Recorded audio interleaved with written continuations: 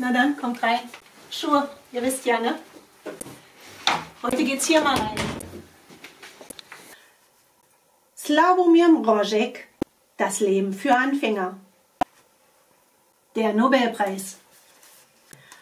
Ein Dichter, ein Nobelpreisträger, kam zu uns zu einer Begegnung mit dem Publikum. Das war eine große Ehre, weil es ein berühmter Dichter war und wir eine kleine Stadt sind. Also gab es zahlreiche Ansprachen und ein Orchester für den Empfang und danach ein Festessen im blumengeschmückten Saal. Während des Festessens spürte der Dichter das Bedürfnis, auf die Toilette zu gehen und ging hinaus. Irgendwie kam er lange nicht zurück. Schließlich ging der Bürgermeister persönlich hinaus, um nachzusehen, ob ihm nicht etwa übel geworden wäre. In dem Toilettenvorraum fand er die Klosettfrau und den Nobelpreisträger. »Ich lasse ihn hier nicht rein«, rief die Klosettfrau dem Bürgermeister zu. »Er hat kein Kleingeld.« »Aber gute Frau, er hat den Nobelpreis.« »Das hat er mir eben selber gesagt. Ich würde ihn ja sogar ohne Bezahlung reinlassen. Ein alter Mann, da habe ich Mitleid. Aber nachdem er mir gestanden hat, dass er diese Krankheit hat, lasse ich ihn niemals rein.« »Was denn, dass er mir die anderen Kunden ansteckt? Wenn er den Nobel hat, dann soll er zum Arzt gehen und nicht in eine anständige Toilette kommen.« Es war nichts zu machen. Und der Nobelpreisträger musste in die Büsche gehen. Er sagte zwar, es mache ihm nichts aus, aber er war wohl doch beleidigt. Als er abgereist war, kündigte man der Frau die Stellung. Jetzt arbeitet ein junger, gebildeter Mann mit Universitätsabschluss dort. Belesen. Er weiß, was ein Nobelpreis bedeutet. Nur ist ungewiss, ob noch einmal irgendein Nobelpreisträger zu uns kommen wird.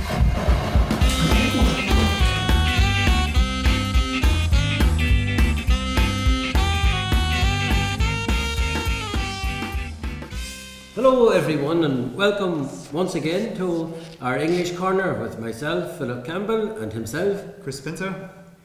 How you doing, Chris?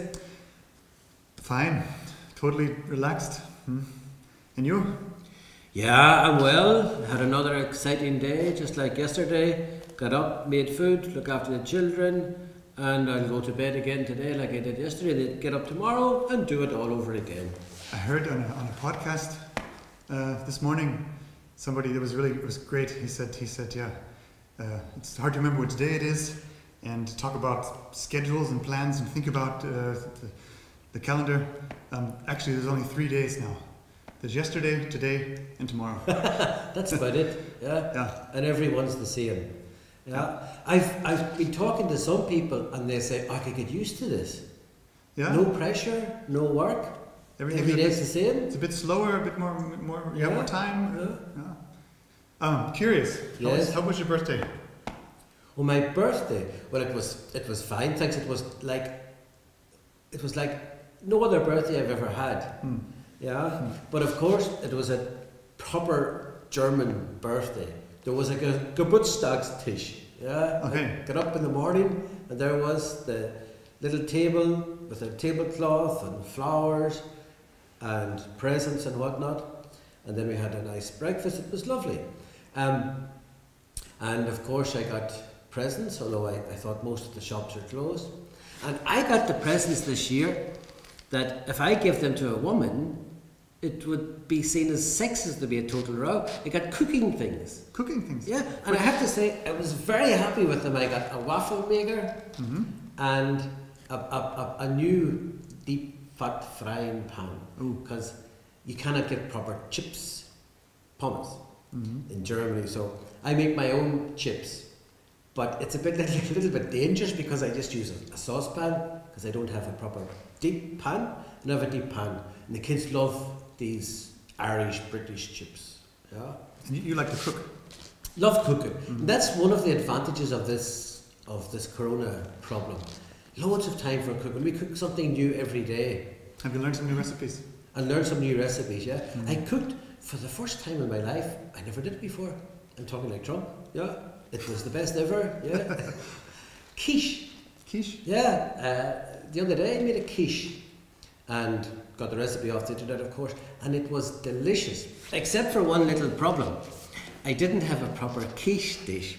So, you know these German cake tins? Do you make cakes? Fake cakes? Not really, but yeah, No. I know When you get these tins and they're round, you can see through them. Then you have the bottom, and you put the bottom in. You have to get it properly in, and then you click it tight. Yeah. Yeah. Well, I made the quiche in this with a nice pastry, and the pastry wasn't too thick.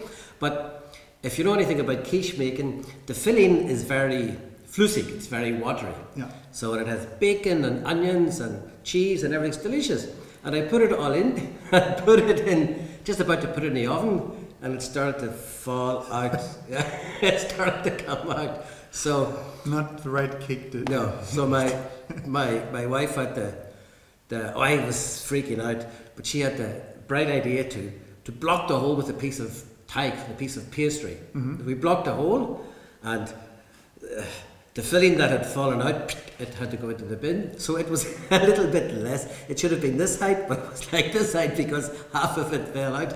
But I must say, it was delicious. And then the other day, I went to Globus, which is my weekly highlight of the week, of course. And I bought a proper quiche making tray. So when the corona problem is all over, you can come to my house, and I'll make you a nice quiche. Oh, I'll be happy to. How are the kids holding up? The kids, oh yes, the kids. I should clarify something. I have had some telephone calls. No, that's a lie. I've had some messages on Facebook from friends saying that it's not fair that I lock my kids up in the bedroom. Can I just, for the sake of keeping the police from my door, I did not lock my children in the bath. No, I didn't lock them in the bathroom either. I did not lock my children up. It was a joke. From the first video, when you said you don't see. Yeah. People took that seriously. I did not lock my children up. And for those of you who've contacted me and have taken offence at this goat's arse on my face, it will be gone when the coronavirus is over. It's only because I'm lazy in the mornings. I don't have any reason to shave in the morning, so I don't bother. Yeah. I think it's fine. That suits you. We will see. We will see. And school for the kids? School for my kids, my school kids, or my own kids? Oh, that's a good question. I was first thinking of your own kids. Are they doing their schoolwork? Yeah, and they quite a lot. They have more work to do than my school children have. Well, I cannot speak for other teachers, but for me, I sent a bunch of exercises per week, and then I sent some this week, and 2 teachers said they have enough. We should clarify that you're teaching English at a school here. I'm teaching English in the Johanneum, and my colleague said that my kids have too much. They're etwas überfordert. They're a little bit overwhelmed? Overwhelmed, that's the word I was looking for. They're overwhelmed. So now they have nothing to do, I suppose, for the Easter holidays. How are we going to celebrate Easter holidays? I don't know if celebrate is the best word, but... No Easter riders? We have no Easter riders, no big family gatherings, but we have lovely weather. I think everybody who has a garden has enough to do and can enjoy the sunshine. So, if you're doing nothing on Sunday, and if no one knows, you can come by our house. You're not allowed to come in. You can look over the fence into the garden. We're going to have our own Easter Riders parade. The kids have little sticks, little horses. We're going to go around the garden. Great. And look for Easter eggs. Yeah. We have the same sort of situation back in the USA with everything closed, school closed, and everybody's home. And my family's all doing well. Everybody I know in America is all fine. So that's the good news. But it's interesting to hear about how everyone is handling the school situation with the kids. My kids get their homework from the teacher, and for my younger son, he gets a list for the things to do for each week, and we work on it bit by bit. And I'm relatively relaxed in how we do it. Not that I say, okay, 8 o'clock in the morning, let's go and work to lunchtime. No, I find one thing for them to do. Read these 2 pages and do it, and then you can play. And then 1 hour later, they do, okay, the next thing, please. And they managed to do it all that. Yeah, nice mix of play and work. My twin brother had a little bit of a problem. He did something that he wasn't supposed to do. He lives in Donegal, which is across the Irish border, and he came to my house in Ireland at the weekend. In Northern Ireland. Yeah, to do some work in the garden because it's quite overgrown. So we did some work in the garden, and then he stayed to spend some time with family in Northern Ireland. And then they announced yesterday that the border's closing because it's tradition at Easter time that people from the north, especially Belfast, they all go to Donegal, to the northwest of Ireland, to the seaside. A lot of them have holiday homes, and that's where he lives. He lives in Donegal, and they've closed the border. So unless you're a doctor or a nurse or someone who has to go across the border, you're not allowed. And they've checkpoints on the border. So he's trapped in your... No, he jumped in the car yesterday when he heard the news that the border was going to be closed from today, and he sprinted across the border last night to get back to his little house in Donegal. Wow. The downside is he now is in his own little house. He can't go and visit his sons, so he's alone for Easter now in his house.